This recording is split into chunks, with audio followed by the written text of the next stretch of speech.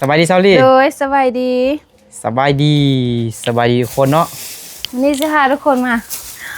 แกงเห็ดกินอันนี้เขาเอิ้นยังบ่ได้ทำเถื่อซอรี่ว่าแกงเห็ดกินแล้ว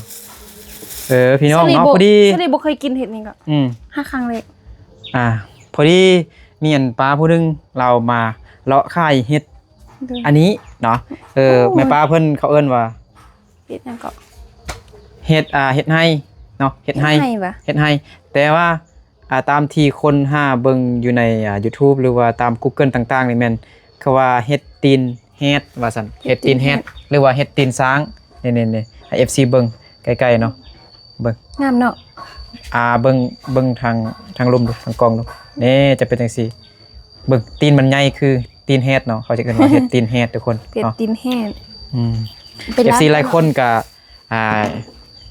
บอกว่าทายเซาลี่กับเบานึกอยู่บ้านก็ได้อยู่เฮือนก็ได้บางคนก็ว่าให้เซาลี่เฮ็ดกิน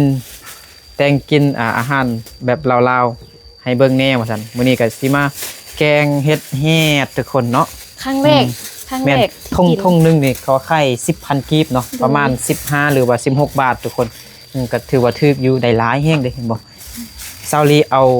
2 ทง 20,000 กีบเนาะเลย20,000 กีบก็ประมาณ36-37 บาทนี่ล่ะดอกใหญ่แฮงพี่น้องเห็นบ่ป๊าดเด้อตีนมันใหญ่แถวใหญ่แบบส้มที่เขาเอิ้นเห็ดตีนเห็ดหรือว่าเห็ดตีนช้างเนาะเอาเห็นบ่หายได้นี่เบิ่งอยู่ในกล่องคือว่าน้อยแต่ว่าเบิ่งตัวจริงนี่หลายแฮงทงนึงนี่ประมาณ3ขีด4ขีดพุ่นนี่หนักแฮงเลยได้ยินเขาว่ามันอันนั้นหรือมันเป็นรสชาติแบบหวานๆก่อหวานว่ะแม่นหวานๆบ่นึกกับซาลี่บ่เคยกินเด้อนี่เด้อเป็นครั้งแรกเลย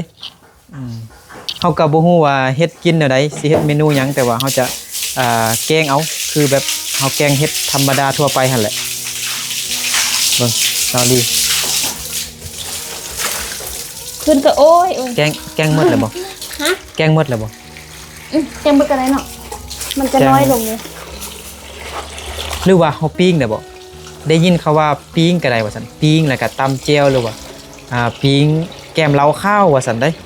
เจ้าของเพิ่นว่าปิ้งแกมเหลาข้าวว่าซั่นแต่เฮาแท้บ่กะจะเฮาบ่เคยกินเนาะบ่กะกินเฮ็ดกับเหลาหั่นน่ะแกมเหลาอันตรายเฮาต้องปรุงแต่งให้มันสุกต้องแต่งให้มันสุกแท้ๆนี่แหละหน่อยเฮาก็จะเอาข้าวเหนียวใส่ลงไปเนาะถ้ามันดำเฮาก็บ่กินเนาะ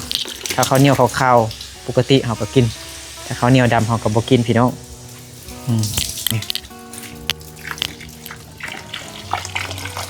บ่ฮู้ว่าทางบ้าน FC เอิ้นว่าเฮ็ดอีหยังเนาะครั้งแรกเด้อซาลี่บ่เคยเห็น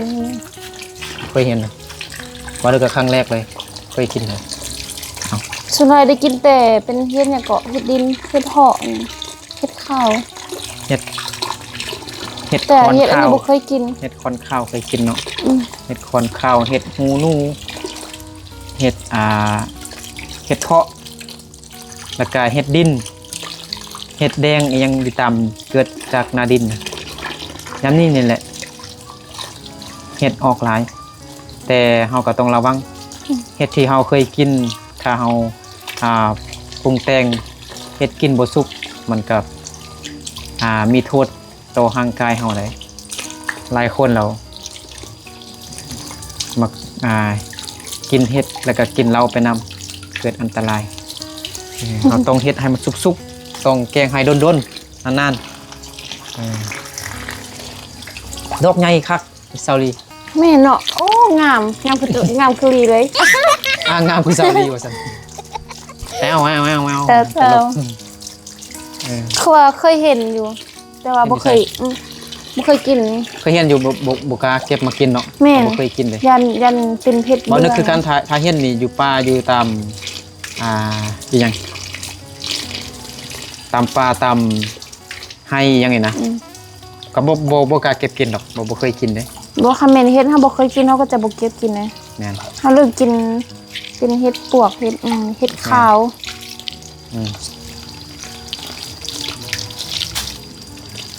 ล้างให้สะอาดล้างให้สะอาดแกง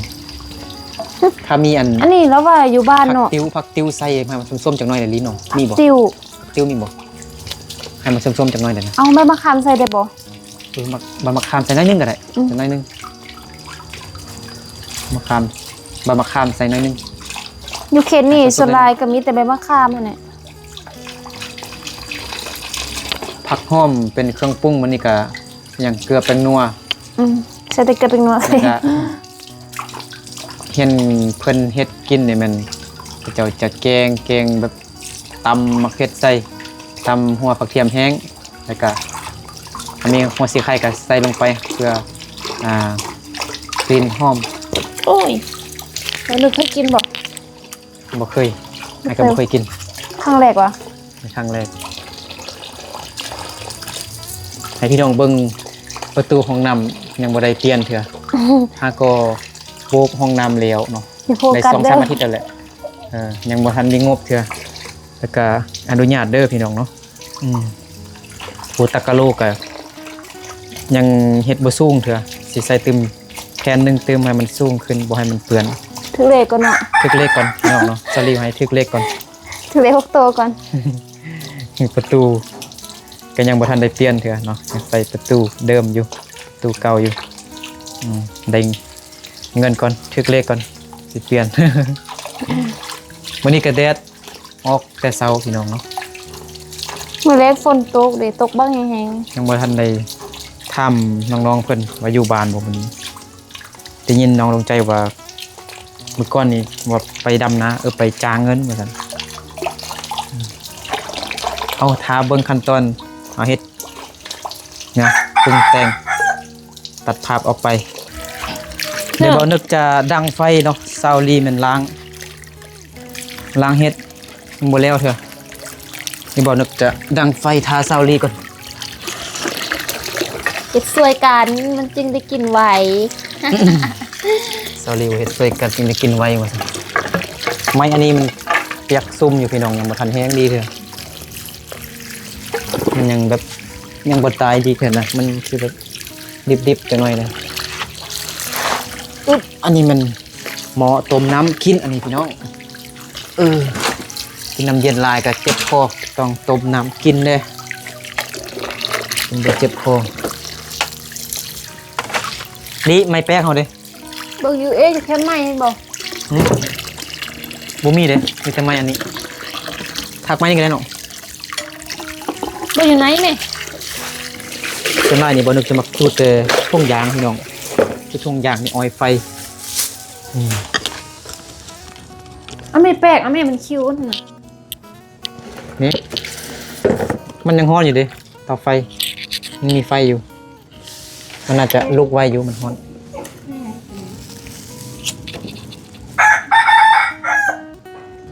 แกงเอาธรรมดาก็ได้เนาะ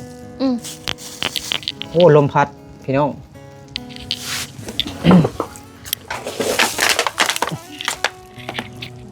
ลมพัดโอ้ยบลุกซ้ำต้องหยุดให้ลมเบาๆอ่อนๆก่อน ทางไฟบ่ลูกบ่ได้เมียใด ซอรี่ว่าดังไฟบลุกนี่บ่ต้องเอาเมียว่าซั่นเอาแล้วเด้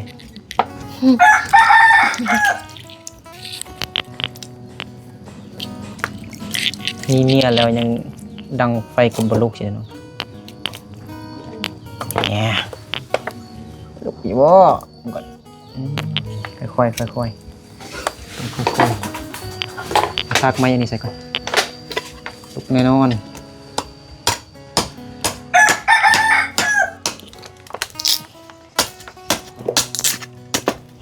ไม้อันนี้ลุกดีพี่น้องไม้แปลน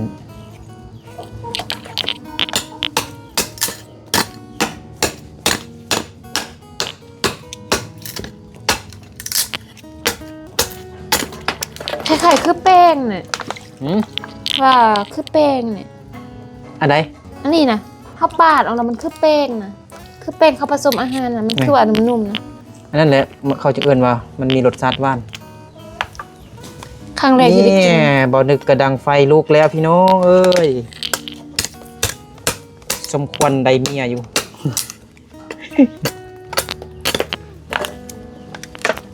FC อย่าฟ้าเบื่อกันเด้อ เห็น FC คอมเมนต์ว่าบ่เบื่อดอกทายวิธีชีวิตการเป็นอยู่แล้วก็ให้ซาวลีเฮ็ดอาหารพื้นบ้านแบบลาวๆให้ FC เบิ่งได้เด้อว่าซั่นเด้เอามื้อนี้จัดไป จัดไปคลิปหนึง ก็ต้องขอบใจขอบคุณ ใจ FC ได้ เบิร์ดสุขุสุคนที่คอยเป็นกำลังใจเบานึกกับซาวลีได้จากปีแล้ว2-3 ปีแล้วได้ตั้งแต่เฮ็ด YouTube มาเนาะ ขอบใจหลายๆเด้อ ขอบใจขอบคุณ FC เบิร์ดสุขุสุคนตะกี้ก็ยอดวิวมันก็หลายอยู่แต่ว่ายังบ่แม่น FC ตัวยงยังบ่แม่น FC ที่ติดตามตลอดหั่นนะมีแต่ผู้คนเข้ามาเบิ่งแป๊บเดียวซื่อๆมันก็เลิกติดตามแต่เดี๋ยวนี้คือสิมีFC ตัวยงหลายแฮงมีFC ทางฝั่งไทยแล้วก็ฝั่งลาวทางอเมริกาให้กำลังใจให้เบานึกกับซาวลีสู้ต่อไปก็ต้องขอบใจขอบคุณพี่น้องเบิร์ดสุขูสู้คนเด้อนั่นลูกบักดีแล้วบัดนี้ไปเอาหาซาวลีดูซาวลีก่อนซาวลีกำลังเนี่ยซาวลีก็ได้พาเห็ดเนาะเห็ดแบบน้อยๆจังสีเนาะ แม่นจริงกินไง มันเป็นตาแซ่บอยู่เนาะ เสียบเนาะบ่แม่ เบิ่งแล้ว มัน ค ไข่ ล้ายๆ คือ เคือน แป้งเนาะแม่ มันคือเห็ดยังวะเห็ด เห็นยัง เห็ด เกาะ นางลมเห็ดมันยังนี่นะ เนาะ เออ อันนี้มันออกอยู่บ้านไหนเขาเก็บอายุมันออกอยู่เฟืองนี่แล้วว่ามันกินอ่ะ อยู่ฮงซี่เนาะ อืม บอนอันทำเก้นะฮงซี่ แล้วว่ามีเขามาเอาเป็นเปาอันนี้เขาไปขาย เนียนเป็นเตาไปค่าย ไปกันเลย บักกะไลเนาะเห็นบ่เต็มกะละมังพี่น้อง เห็นบ่แค่30 กว่าบาทนั่นไฟลุกบักกะดีแล้วบัดนี้สุดยอดเลยเซลลี่จัดการเลย จังนอกอ่ะ ล้างหม้อดีๆกันเขาต้องต้มน้ำให้อันนั้นก่อน ต้มน้ำให้เดือดก่อนนะ ให้เดือดก่อนจึง ครั้งแรกได้ที่แกงนี่นะ แล้วก็ตำเครื่องเลยบัดนี้ตำเผ็ดผักเทียมแห้งคือไข่หอมเป็นผักหอมแปรที่ส่วนนี้ก็มีอยู่พี่น้องเนาะน้ำข้นนี่เบิ่งส่วนกระตึ๊บบักของหกเชียร์ยะก็ยังขึ้นคือเก่านิดเดียวมันก็ตึ๊บมาคือเก่า เราต้องต้มน้ำให้มันเดือดก่อน แม่ แล้วก็ไปตำเครื่องบัดนี้ตำเครื่องแล้วก็ใส่เครื่องลงไปเดือดดีๆเลยก็เอาเห็ดลงไปเลย แกงกันเลย ครับสุกแล้วก็ไปกินกันเลยพี่น้องเนาะเอาเบิ่งซอยของซาลีเดอร์ กว่าสลีกะประมาณนี้เด้อ สิประมาณนี้พี่น้องเนาะ บ่ใหญ่เบิ่น้อย เบิ่งซาลีเอายังลงไป เอายังตำ ผักเทียม ผักเทียมหมักเผ็ดขี้หนูมีบ่หมักเผ็ดขี้หนูมันเผ็ดแห้งเลยนี่บางทีก็มาหนึ่งเขามาแต่งกินอยู่เตาไฟตัวนี้อยู่ในนี้พี่น้ ก็ อง คนบ่ตก บางครั้งก็นี่แหละอยู่นอกนี้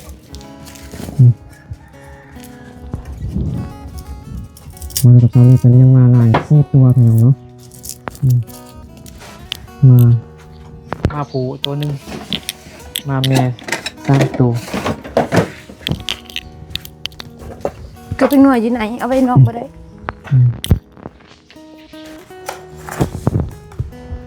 ลือลงไป เกลือลงไปใส่น้อยเสียบน้อยใส่หลายเสียบหลาย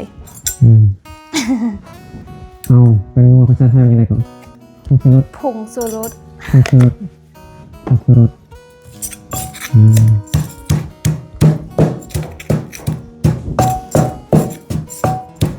มีอัน ฮะ หัวสีไข่บ่สอรี่ มี มีอยู่ เลย ไม่ใส่ตู้เย็นบ่ซื้อในตลาดเหรอ เนี่ย นั่นแหละ เส้นหัวเดียวเนาะสองหัว ต้องหัวก็ได้ให้มันหอมยังไงเลยแต่ให้เพิ่นเฮ็ดกินเบิ่งอยู่ใน YouTube เราเขาไม่ได้ใส่ไข่เลยแต่ว่าอันนี้ก็มันก็ขึ้นกับความรักเนาะแต่ละคนก็คือกัน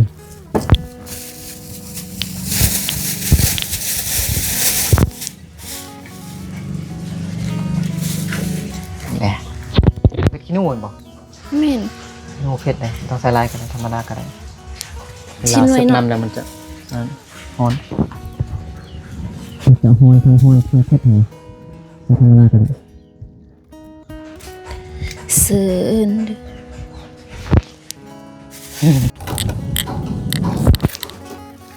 เอาบัดนี้ลงไป ลงไป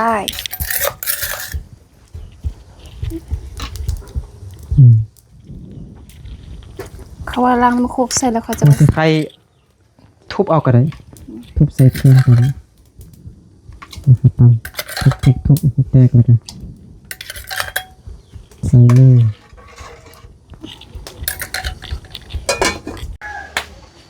เป็นจังได๋ชาวลี่ โอ้ เดือดแล้วบ่ เม่นกินหอม เอาใส่เลยนานกินหอมบ่ แกงพื้นบ้าน แกงแบบธรรมดาเลยพี่น้อง บ่เขาเม่นคนมากเขาต้องใส่ปลาแดกมาเลย แม่นใส่ปลาแดกน้อยนึงก็ได้ แต่อันนี้บ่ใส่ บ่ใส่บ่ลองข้าวต้มแกงแบบเดินๆจักหน่อยได้พี่น้องเนาะเอาข้าวเหนียวมาใส่สลีเอาข้าวเหนียวมาใส่แล้วบ่ เลย ใส่ข้าวเหนียวเด้ถ้าข้าวเหนียวมันข้าวปกติเราก็กิน ถ้าข้าวเหนียวมันเป็นสีดำเราก็บ่กินแต่มันเป็นพิษพี่น้องเฮ็ดพิษตัวเฮ็ดเบื่อนะ ปลุกไว้ก่อน คือว่าเป็นตาแซ่บเนาะ กินหอมเนาะ กินหอมเซาลีก็บ่นึกว่าได้ใส่เตาแก๊สเลยพี่น้องเนาะใส่แต่ดังไฟแบบธรรมดาจังซี่ได้มา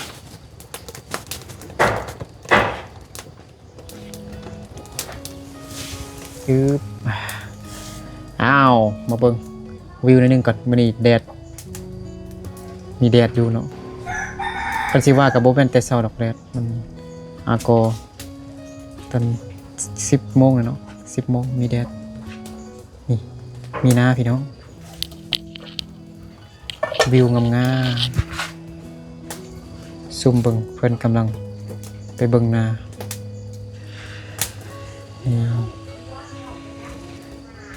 คัดตอนน้ำหนองท่วมหมดเลยนะบ่เห็นเขาเลย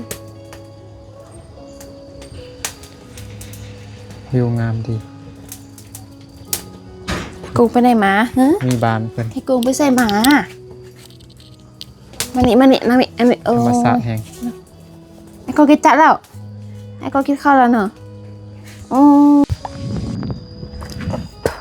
เฮาก็เก่งเกือบ50 นาทีเลยทุกคนว่า โอ้น่าเสียบเนาะ เซฟบ่ลึก4 นาทีเซฟให้ทุกคนเบิ่ง น่าเสียบแกงธรรมชาติ ไปบัดนี้พักใส่ถ้วยเลย โอ้ยให้มันเย็นนั่นก่อนเนาะ ฮะ มันร้อน บ่กินตอนฮ้อนเนี่ยมันสะใจเลย เดี๋ยวไปเอาตอกก่อน sorry เอาไปตรงไม่หอยได้หรอ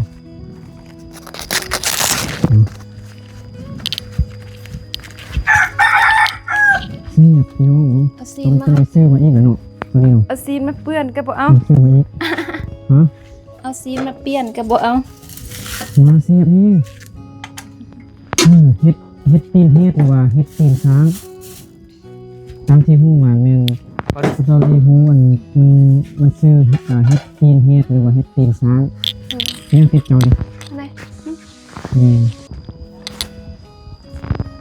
โอ้ ใบมะขามเฮ็ดตีนเฮ็ดตีนช้างหรือว่าเฮ็ดให้ทุกคนเนาะเยี่ยมเลยครับครับ ยี่สำเร็จแล้วซอรี่ เลย เฮ็ดกินไปมากินไม้ทุกคนไปนี่นะพี่น้องให้กินเยี่ยมให้กินเยี่ยมเป็นซี่ เอากินคุณวะ นี่นะนี่นะแจ้งอยู่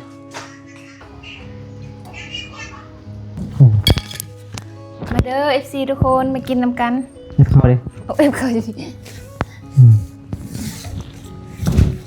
กินแกงเฮ็ดมาเด้อมากินน้ำเปล่าเด้อกับเศร้าหลี มาดูจับติดกล่อง ใส่แต่เกลือเป็นนัว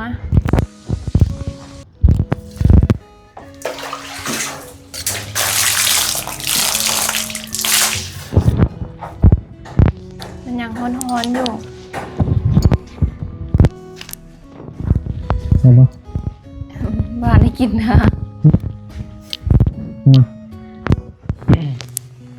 เอาเดี๋ยวมี FC หลายคนก็น่าจะสงสัยเนาะอ้าวกินข้าวคือมีแต่2คนเดี๋ยวสิมาอธิบายเนาะเรื่องครอบครัวของซาลีมองนึงคือปัจจุบันนี้ อยู่แต่ อยู่ สาม งานนี้ ค ก็ น มีแต่3คน มีน้องชายของแม่ซาลีแต่ว่าแม่ซาลีนี่ได้เสียแล้วพี่น้องเนาะได้ปีกว่าแล้วได้ปีกว่าแล้ว ส่วนพ่อของซาลีนี่ ไปเอาเมียใหม่ ไปเอาเมียมาแล้วก็มีลูกนำเมียมาแล้ว ผู้หนึ่ง ผู้หนึงเห็นบ่ผู้หญิง เลยปะไปเต้อยู่ในน้อย แม่นตอนที่พ่อของซาลีได้เลิกลากันกับแม่ของซาลี ไม่ได้เลิกลา ฮะ แบบว่าคือครบซ้อนเลยนะ ครบซ้อนแม่นครบซ้อนพี่น้องเนาะแบบพ่อของซาลีนี่แบบหลายใจหั่นนะทั้งที่ตัวเองก็มีเมียอยู่แล้วแบบแบบเจะสู้อะนะไปติดกับผู้สาวก็เลย